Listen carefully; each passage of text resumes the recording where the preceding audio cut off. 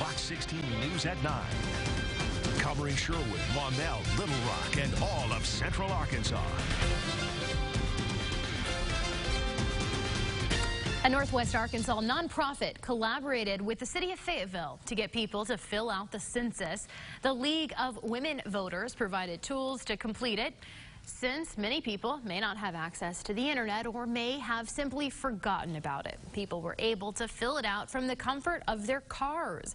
All health guidelines were followed. The city says filling out the census is a simple task with a big impact. For 10 years, this count will be with us, so we want every single person to be counted.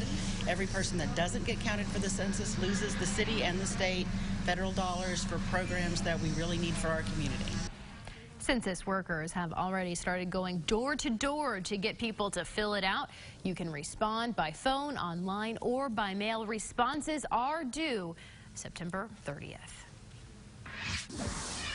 We have new information about who will be speaking at this week's Republican National Convention.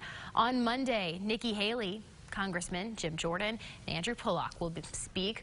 Tuesday, Secretary of State Mike Pompeo will address the convention, along with Tiffany and Eric Trump.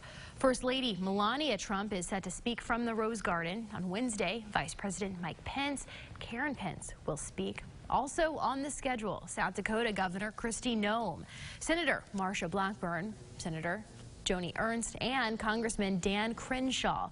On Thursday, the final night, Arkansas Senator Tom Cotton will speak, along with Rudy Giuliani, Mitch McConnell, and Reverend Franklin Graham. With early voting underway now in several states, voters must take all coronavirus-related precautions to ensure everyone's safety.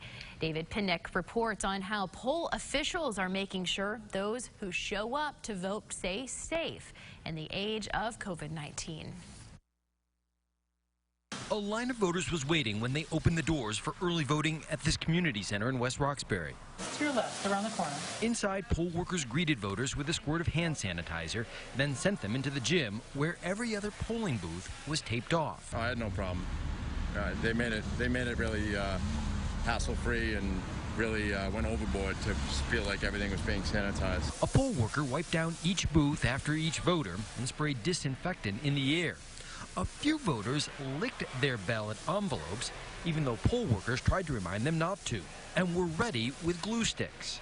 The police officer has gloves on, and he has a glue stick, and he is sealing all the envelopes. This was extremely comfortable. There isn't really a lot of people in there on an early voting day. While not required, voters at this polling location have the option of having their ID scanned, which election officials say speeds up the process. I like the fact that they took my license, which is unique. I'm a civics teacher by trade, profession, and I always say they don't check your license and stuff, so that was unique. There is also a ballot box at the front door for people who ordered a vote-by-mail ballot but want to drop it off in person. Because there's a lot of news that says the post office is fooling around. I've just heard about some concerns with the USPS and everything that's going on with the Postal Service, and so I figured this way my ballot could definitely get in on time, get counted, and elections are important, so I wanted to make sure my vote got counted.